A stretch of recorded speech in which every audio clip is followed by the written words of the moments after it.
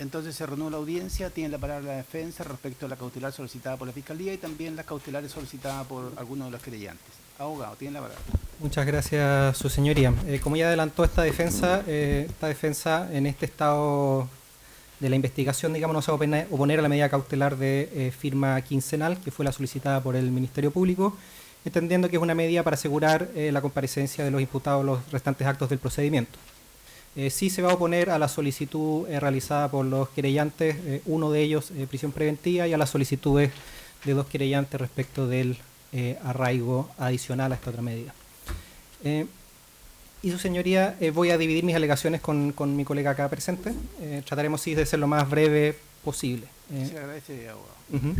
Y en este caso, también la misma dificultad un poco del Ministerio Público. Es difícil breve en un caso que lleva tanto tiempo de investigación y tantos antecedentes. Estamos hablando de una investigación que, como bien dijo la fiscal, viene del año 2012, con más de 30 tomos de investigación, en donde se han seguido diferentes líneas de investigación. O sea, lo que se presenta acá como una imputación penal algo más concreta, es una de las líneas de investigación que ha tenido toda esta investigación del Ministerio Público. Eso también ha significado para esta defensa una dificultad adicional, porque no es que estemos como en otros casos en donde se investigan fenómenos como de esta naturaleza, de afectaciones al medio ambiente que pudiesen tener alguna consecuencia penal, en donde hay un hecho concreto, un derrame, algo así, donde uno claramente sabe de lo que tiene que defenderse. Aquí lo que ha ocurrido en el fondo es más que nada, y como bien dice la fiscal, esto se inició más que nada por artículos de prensa que daban a entender de que había un problema en la zona con los recursos hidrobiológicos en el mar. Y eso dio paulo a que empezara una investigación, ¿ya? Más bien una especulación. Y eso ha llegado a determinar el fondo, bueno, ¿existe algún tipo de daño al medio ambiente? ¿Y cuáles son, en definitiva, las causas de ese daño? Y ahí empezamos a buscar diferentes líneas. Entonces, de alguna forma, ha sido difícil para esta defensa hacerse cargo de todas estas líneas de investigación. Estamos hablando de que, y quizá la fiscal me corrige, pero yo a lo menos que he contado entre informes policiales e informes técnicos y periciales más de 30. ¿Ya? Entonces, evidentemente, hacerse cargo de todo y cada una de estas cosas es difícil si uno no sabe cuál es la imputación penal concreta que hay. Es por eso que nosotros, precisamente nace aquí con la formalización de la investigación, como bien dijo su señoría al principio, realmente este derecho para nosotros empezar a ejercer nuestra defensa en forma concreta y apuntando realmente a cuáles son los cargos que se imputan, ¿ya? No a todos los antecedentes que hay en estos más de 30 tomos de investigación. También en mi ejercicio profesional y en general cuesta encontrar investigaciones de este tipo, o sea, investigaciones tan extensas en el tiempo que no hayan tenido una formalización entre medio.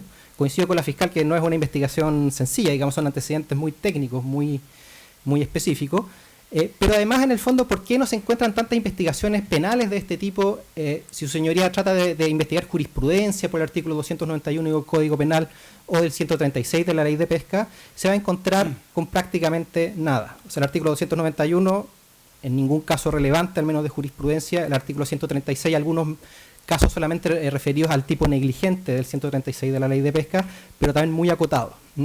Entonces uno dice, ¿por qué si esta norma, el artículo 291, existe desde fines de la década del 80, han habido tan pocos precedentes hasta el momento? O sea, significa que nunca ha habido fenómenos de contaminación o afectación del medio ambiente. ¿Cuál es el motivo de por qué esto no ha ocurrido, digamos? ¿Ya? Y eso también un poco lo que causa un poco de sorpresa de por qué llegamos nosotros en esta causa a este estadio de una formalización, arriesgando eventualmente después un juicio por este motivo.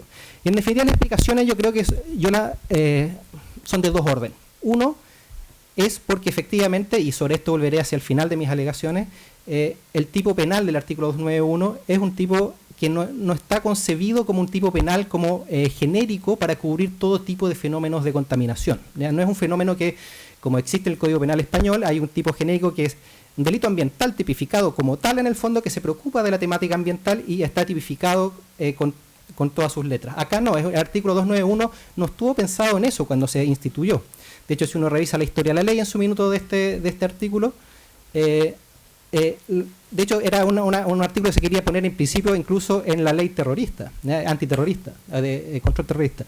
Y en definitiva, después se sacó por otras consideraciones de ahí, pero efectivamente tenía otra connotación, no de protección al medio ambiente, sino que más bien de un tema de asegurar la salud vegetal y animal, pero en la mina del abastecimiento de la población, o sea, como algo de asegurar los recursos de las personas para que no se quedara alguien sin recursos. Está pensado más bien en temas de si alguien viniera casi a hacer un ataque químico general, digamos, para que en definitiva no se genere este efecto. Pero eso es un poco lo que se estaba pensando al momento de tipificarse. Y bueno, yo hoy en día se le ha dado otra mirada y tratado de extender su interpretación, pero claramente el extender la interpretación de estos tipos penales sin vulnerar el principio de legalidad es algo sumamente complejo, como su señoría sabe, y sobre eso, alegaciones más jurídicas, volveré al final de mi alegato. Pero ahora, para decir en forma concreta, la otra dificultad, una es esta, la dificultad legal, digamos, o sea, ¿hay un tipo penal que realmente se haga cargo de estos fenómenos? Esa es la primera pregunta que hay que hacerse.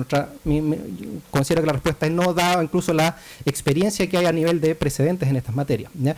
Y la segunda es porque existe toda una institucionalidad ambiental que enfrenta estos temas, ¿ya? Existen organismos técnicos especializados que con el curso del tiempo se han ido cada vez sofisticando más, llegando a lo que tenemos hoy en día, una superintendencia del medio ambiente, que en el fondo controla y fiscaliza todos los instrumentos ambientales, la normativa ambiental, pero también las autorizaciones ambientales que sean a través de resoluciones de calificación ambiental y que se cumplan todas las cosas a las cuales se han obligado a las empresas en términos ambientales, ¿ya? Entonces existe toda una institucional ambiental que establece fiscalizaciones permanentes e intensivas, que establece sanciones en casos de incumplimiento. Entonces efectivamente existe dentro de nuestro ordenamiento jurídico las instancias que se hacen cargo de una perspectiva técnica. Yo no digo que el Ministerio Público evidentemente también puede adquirir esas habilidades, pero no es por excelencia el organismo técnico para este tipo de materias que son de suyo muy complejas. Es cosa de ver las exposiciones que ha hecho la fiscal. La fiscal ha estudiado mucho sobre estos temas, lo reconozco, pero aún así es un tema que para nosotros que nos dedicamos al derecho penal no es fácil entender y requiere de bastante expertise en la materia. Entonces, esa es la segunda dificultad que yo veo en el tema de por qué en el fondo no tenemos más de estas investigaciones penales, porque efectivamente existe una institucionalidad ambiental y realmente uno esperaría, funciona la institucionalidad ambiental, si esta por algún motivo no es suficiente para controlar algunos casos, bueno, ahí quizás podrá verse si es que se sigue el derecho penal, ¿ya? ¿Por qué digo que esto es relevante para este caso? Primero, señoría, porque en este caso, como he señalado, respecto de los hechos imputados en la formalización, han habido fiscalizaciones de las autoridades ambientales, ¿ya? Y al día de hoy, por estos hechos al menos, no han habido procedimientos sancionatorios o sanciones al respecto. Entonces uno tiende a preguntarse, digamos, o sea, el Ministerio Público en el fondo está llevando adelante una investigación incluso sin que el organismo técnico que fiscaliza esta entidad se haya pronunciado en un sentido parecido, que sería quizás como no algo que simplemente, que en el fondo que sea necesario que lo constate, pero por lo menos un presupuesto básico, yo diría, que para ver si seguimos adelante. Lo mismo pasa, por ejemplo, con investigaciones de la Ley de Mercado de Valores, donde generalmente hay sanciones por la entidad técnica, de Superintendencia de Valores y Seguros, y además, después de eso, si la conducta es particularmente grave, se sigue también una vía penal, ¿ya? Pero eso es lo que sorprende en estos casos. Si uno va más concreto, ¿qué es exactamente lo que se imputa en este caso? Porque también es complejo. La formalización también analiza una serie de fenómenos, pero también es bastante genérica. O sea, de alguna forma dice, bueno, hay un tema aparentemente de contaminación con metales pesados. Eso es lo que uno le queda después de escuchar la formalización hoy día. Y traté de anotarme acá un poco de las cosas más concretas que yo detecté, que no sé si serán las mismas que detectó su señoría.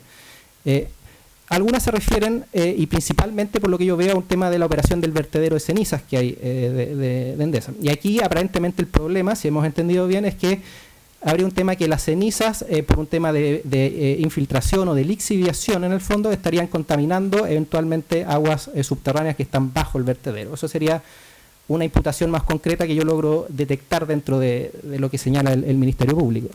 Otra se refiere al tema de volatilidad de cenizas, ¿no? O sea que aparentemente habría cenizas, no por el tema del efecto de la chimenea, por lo que tengo entendido las imputaciones más concretas, sino que por también volatilidad de las cenizas que están acopiadas en el vertedero que volarían hacia otros sectores, ¿ya?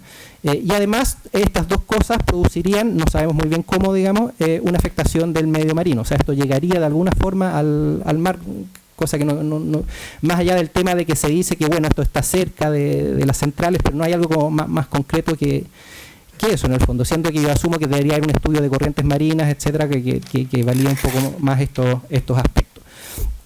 Pero esa es como la segunda imputación. Perdón, claro, el tema del vertedero. El otro es, claro, contaminación aparentemente de algas, que tendrían altas concentraciones de mercurio, que eso daría Paulo a la imputación por la ley de pesca, ¿no? Y lo otro es que estaríamos en presencia aquí en el vertedero también de residuos, las cenizas que, habiéndose hecho mediciones de las cenizas que en el vertedero, tendrían una toxicidad extrínseca con niveles altos de mercurio y cadmio, me parece. Plomo, perdón. Eso en el fondo serían un poco las imputaciones más concretas que logramos detectar. Y en las algas habría una superación de normas, de una norma canadiense, se dice de un estándar canadiense respecto de esto, porque no hay una norma en Chile que establezca este límite. Eso es un poco el marco de lo que yo entendí de las imputaciones un poco más concretas, ¿ya? Sobre cada una de estas cosas se va a hacer cargo mi colega en forma más, pero simplemente para tener el marco de qué es lo que yo entiendo que tenemos que hacernos cargo ahora, obviamente conociendo ahora estas imputaciones y con tanto antecedente en la carpeta de investigación, tratando de hacer algo lo más somero posible, porque su señoría, esta parte también entiende que esta es una audiencia de formalización de la investigación y una discusión de medidas cautelares, no es un juicio, ¿ya? Y más aún en un caso como este, donde hay tantos antecedentes técnicos, porque efectivamente la única forma de hacerse una impresión real de cuánto valen los informes periciales, que son tan complejos en este caso, que hay especialistas que le hablen al juez, que le hablen a las partes, especialistas por nuestra parte que también hemos acompañado informes que contradicen en buena parte lo dicho por el Ministerio Público, pero no podemos poner a su señoría acá a decir, bueno, ¿cuál es el informe que vale? El del Ministerio Público, el nuestro. No creo que es el objetivo de esta audiencia y tampoco queremos poner esta carga sobre su señoría en esta audiencia, ¿eh? Pero lo que sí queremos decir en el fondo es que como se ha hablado tanto acá por Ministerio Público y querellantes, que hay tanto antecedente y esto también está transmitido en vivo, no podemos dejar de decir algunas cosas respecto de qué hay en la carpeta de investigación que hace llevar de que no tengamos esta certeza, como dice la fiscal, que todas estas cosas han ocurrido de la forma que ella señala, sino que por lo menos sigue habiendo un alto grado de incertidumbre, una materia técnica tan compleja. También hay otras cosas que hay que considerar en investigaciones como esta. Aquí se habla de supuestos de contaminación, como ya he dicho, mi colega se refiere específicamente a qué podemos decir sobre estas supuestas superaciones de estos niveles y qué efectos tengan en la práctica, pero también estamos hablando acá de una zona en el fondo que no es que esté Bocamina y no haya nada más, en el fondo estamos en una zona con diferentes influencias de diferentes industrias y una zona también que históricamente ha tenido una actividad bastante intensa en el pasado carbonífera, ¿no?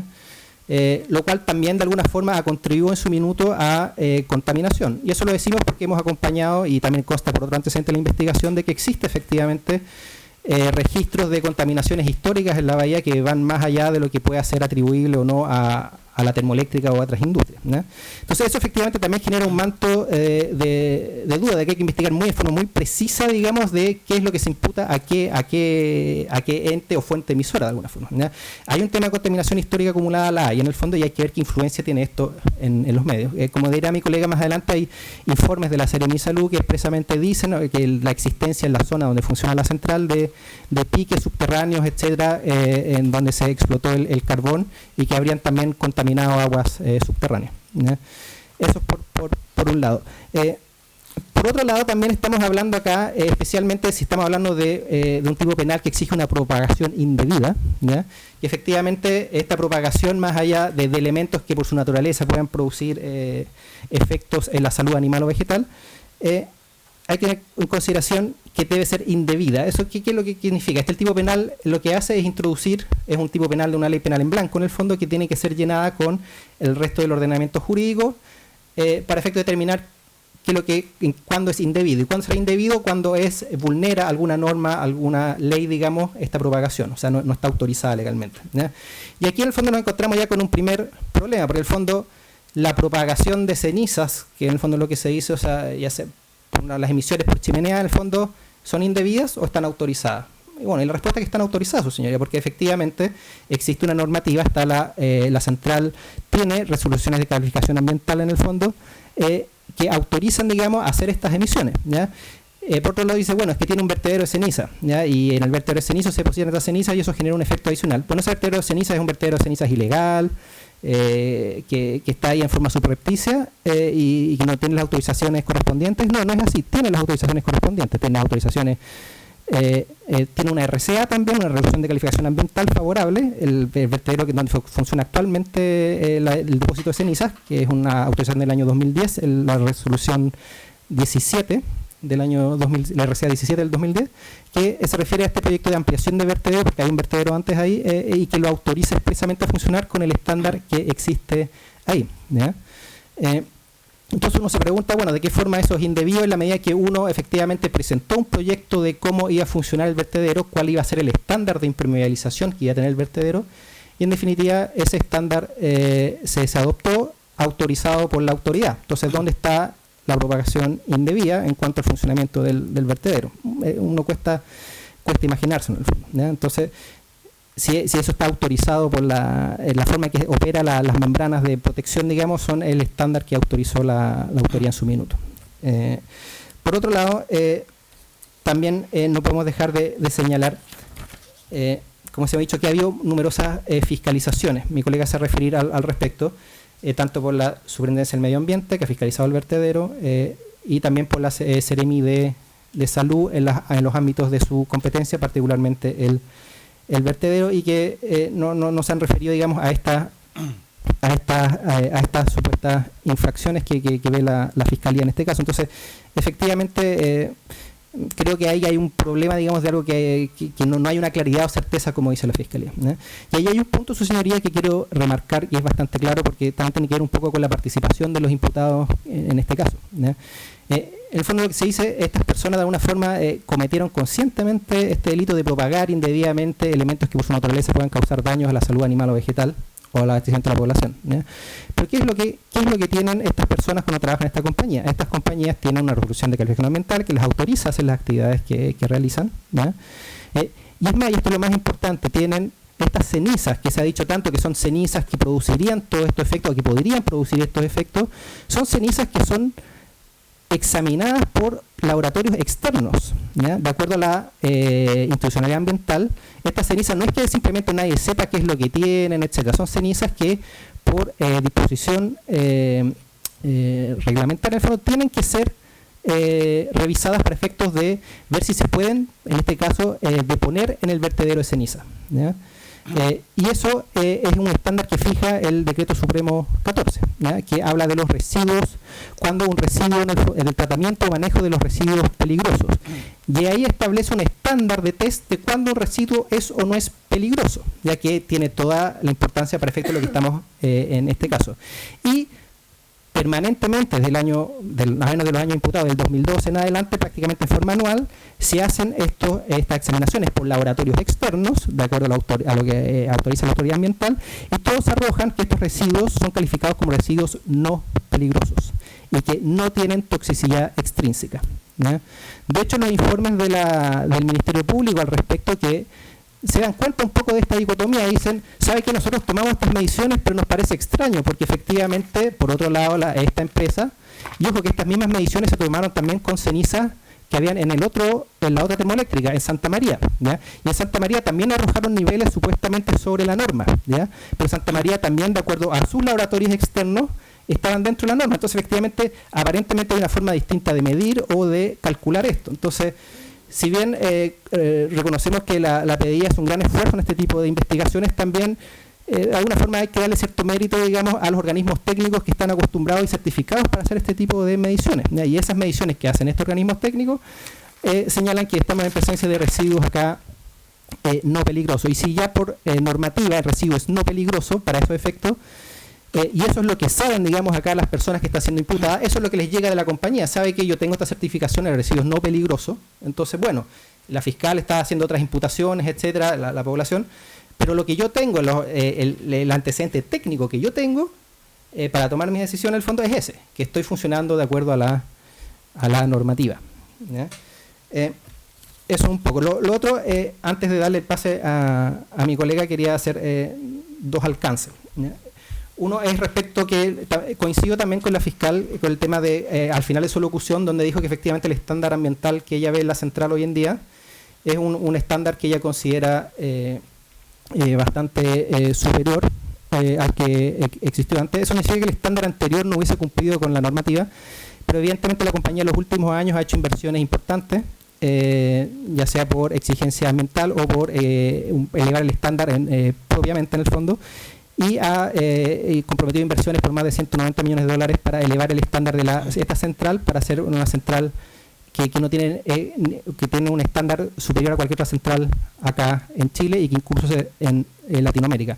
Hace poco, como señoría, entiendo, vive acá en la zona, incluso se hizo un techo en la cancha de carbón, ¿ya? Un domo. Esos techos en el fondo son únicos en Latinoamérica, no hay ninguna otra central que tenga ese estándar, ¿ya? Y nuevamente esto quedaría acotado un problema en el pasado, pero no un problema que seguiría existiendo en la actualidad. Muy brevemente, respecto de las alegaciones más concretas de las partes querellantes, me quiero hacer simplemente cargo, no sé si es necesario que me haga cargo, pero abogado, ordenemos el alegato.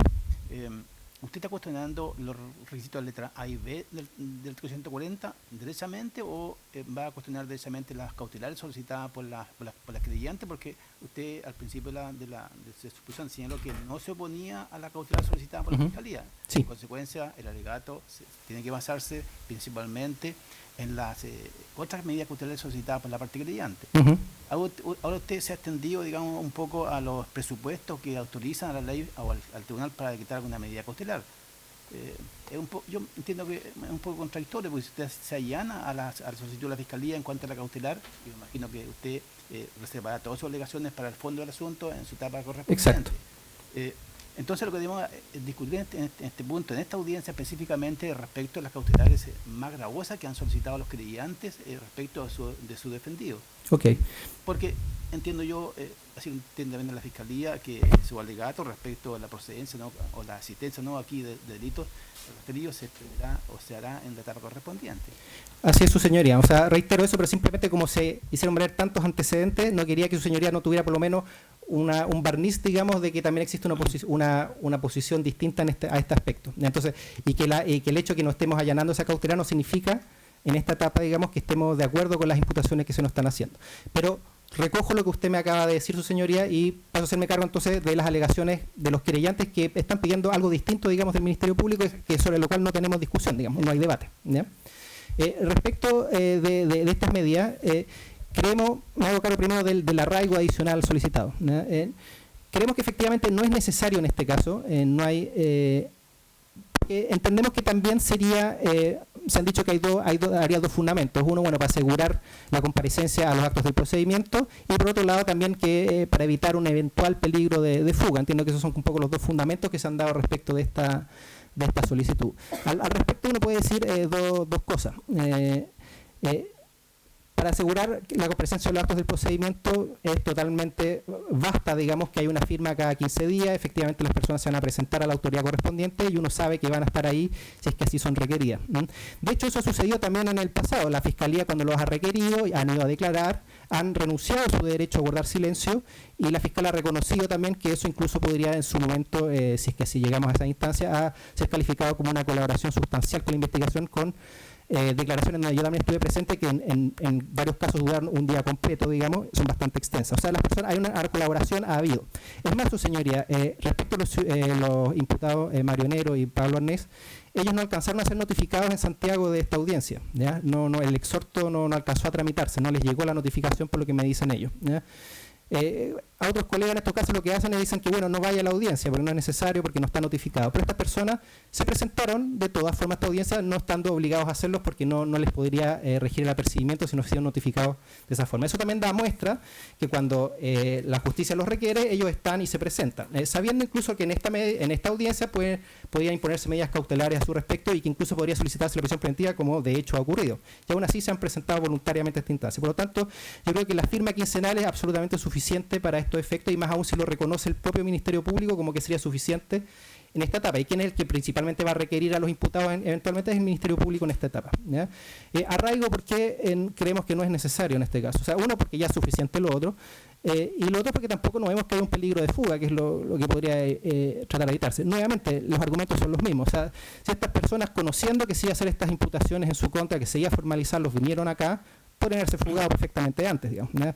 Estas personas también por su trabajo también viajan constantemente. O sea, el hecho del arraigo no es una medida de baja intensidad para ellos. Ellos viajan por trabajo tanto por trabajo o por motivos familiares, viajan al extranjero, ¿ya? Entonces, efectivamente, esta medida les causaría una afectación bastante importante a su libertad ambulatoria. No es algo que simplemente el arraigo venga gratis y no tiene mayor impacto. Tendría un impacto importante en este caso y efectivamente no es necesario. O sea, que hay que ver si hay una necesidad de cautela y el arraigo en este caso no es necesario. Es más, han salido del país en numerosas oportunidades, estando esta investigación pendiente, y han regresado. O sea, no se han quedado afuera, ¿ya? Entonces, por lo tanto, este peligro de fuga no es real, y que estén acá nuevamente da clara cuenta de que no es necesaria esa medida cautelar. Respecto a la solicitud de prisión preventiva, que es la otra de la cual hay que hacerse cargo, tampoco no sé si, justificar un poco, tratan de justificar un poco la penalidad de los delitos. Evidentemente, los delitos por los cuales se formaliza en esta investigación no dan por pena a una pena que se acerque siquiera a una pena de crimen. Como bien dijo la fiscal, estamos en presencia de un delito de la ley de pesca que puede tener, no está claramente imputado si estamos frente al tipo culposo o doloso de la imputación. De hecho, quedó dejado abierta la fiscal el hecho de que aquí podría haber solamente multa o eventualmente. Y el otro es un presidio menor en su grado máximo, digamos, que evidentemente tampoco llega a la pena de crimen, no hay reiteración. A lo menos la fiscal ya reconoció 2 atenuantes, o sea, incluso bajaríamos a 541 días como pena máxima en el peor de los casos, ¿ya? Entonces, evidentemente, pedir prisión preventiva en un caso así no tiene mayor sentido. Respecto, evidentemente, consciente el querellante de que esa es la situación, ha tenido que tratar de recurrir, ¿qué puedo hacer para llegar a una pena más alta?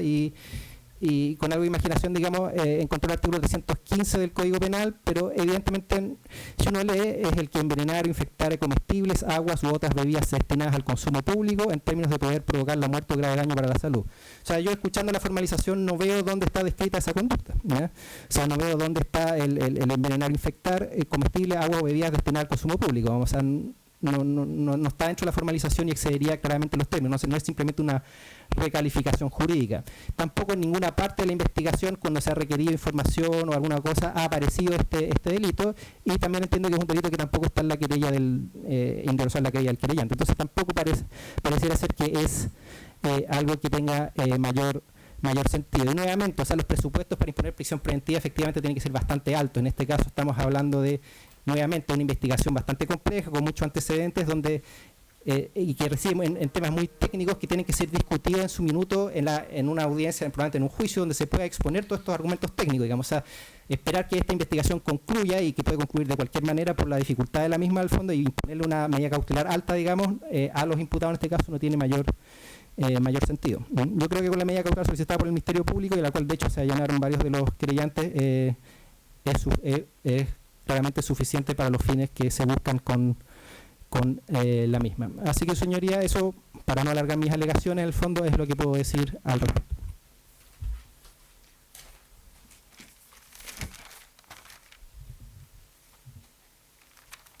Señor fiscal, ¿usted quiere decir alguna cosa?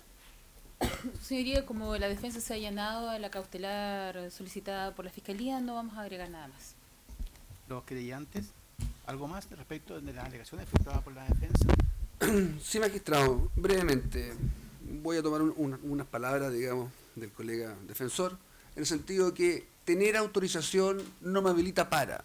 El hecho que yo tenga una licencia de conducir no significa que yo puedo conducir a exceso de velocidad y matar a alguien. A ver, abogado, yo le expresé a la defensa, digamos, que acotara su alegato respecto a las medidas cautelares, porque respecto al fondo del asunto o presupuesto del artículo letra A y B del artículo 140 no tiene sentido, porque eso, me imagino, si llega al fondo del asunto en su oportunidad y si llega a esa etapa. Entonces, yo acoto el alegato solamente a la procedencia o no, o la intensidad de las medidas cautelares que han sido solicitadas por algunos de los creyentes. En ese orden de ideas, magistrado, era brevemente eso que iba a señalar. Ya. Ahora, tal como usted lo ha señalado, la defensa ha reconocido o ha aceptado las causales de las condiciones de la letra A y B, es decir, el hecho, es decir, no discute que aquí se está investigando un delito, y la participación que le ha cabido a su responsable. Ahora tenemos que ver el otro elemento, y el elemento importante, porque nosotros pedimos el arraigo, es también por lo que ha dicho el abogado. Estas personas constantemente pueden salir del país, y nadie nos dice que van a volver, o que la fiscal requiera ya la concurrencia inmediata para la diligencia. Y el hecho de estar en una misión, en un trabajo, por su representada fuera del país, que puede ser de 1, 2, 3 meses, pueden menoscabar el éxito de la investigación. En un breve momento vamos a determinar el plazo de la investigación. ¿Y qué pasaría, magistrado, si dan 6, 8, 10 meses y uno de los imputados va a Italia por un año destinado? Eso es lo que queremos resguardar, magistrado, el éxito de la investigación. Por lo tanto, la firma quincenal de los imputados para esta parte no es suficiente, porque es causal suficiente para excusarse el hecho de estar fuera del país. Y queremos que se garantice el éxito de la investigación para que la comuna de Coronel pueda saber a quién le ha cabido la responsabilidad por la contaminación de esta ciudad. Eso es todo, magistrado, y solicito que se mantenga lo solicitado.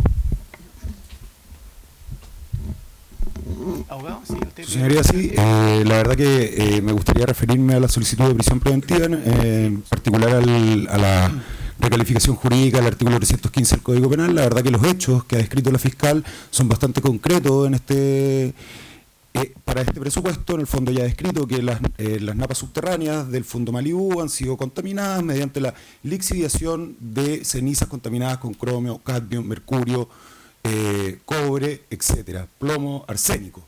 Su señoría, todas estas sustancias, estos metales pesados, son constitutivas de sustancias tóxicas con peligros para la salud pública, descritos ampliamente por todas las hojas de seguridad de todos los organismos internacionales de salud pública, su señoría.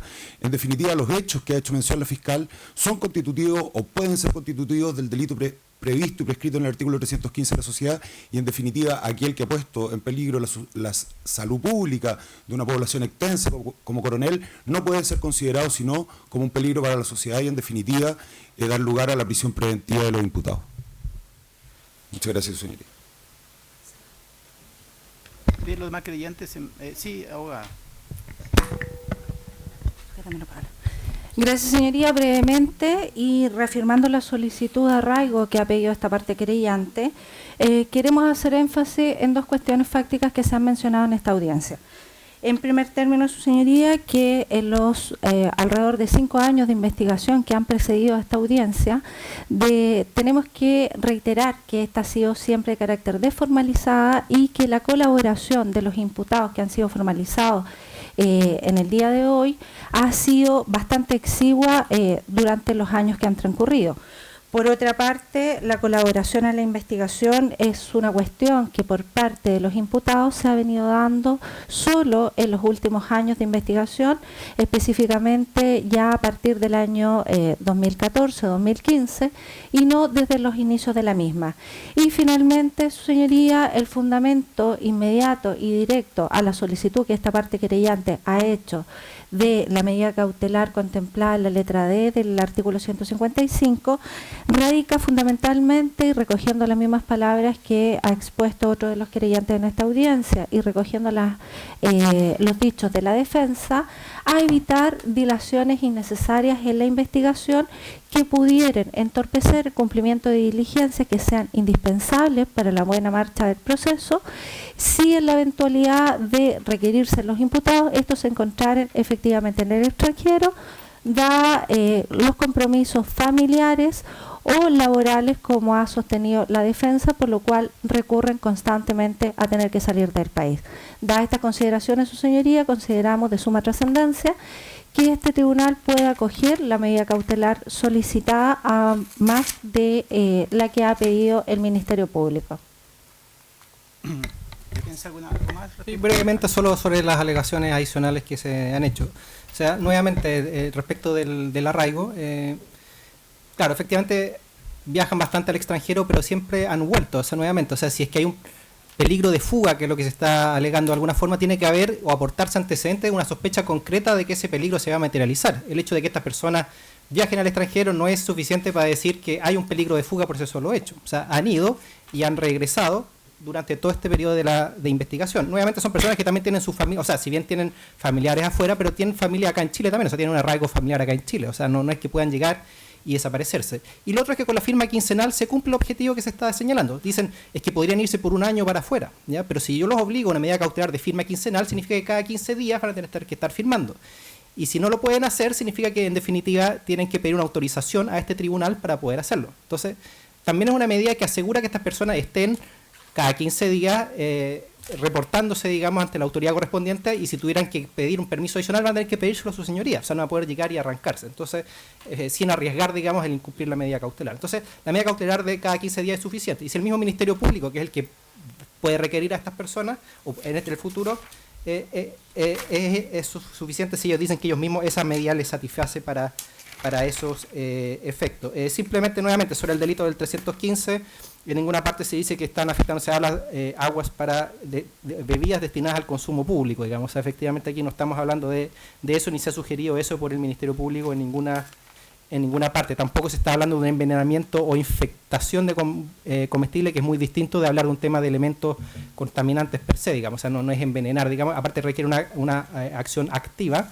y no omisiva, y aquí lo que se está imputando de alguna forma es una omisión de estas personas que no habrían adoptado las medidas para que esto ocurriera, digamos, ¿ya? Entonces, y este tipo penal tampoco permite, digamos, esa configuración.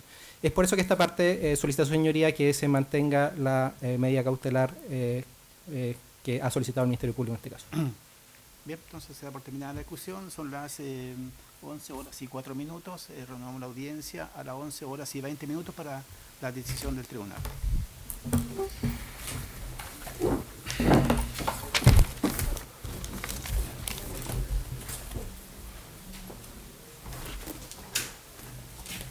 Fuerte abrazo.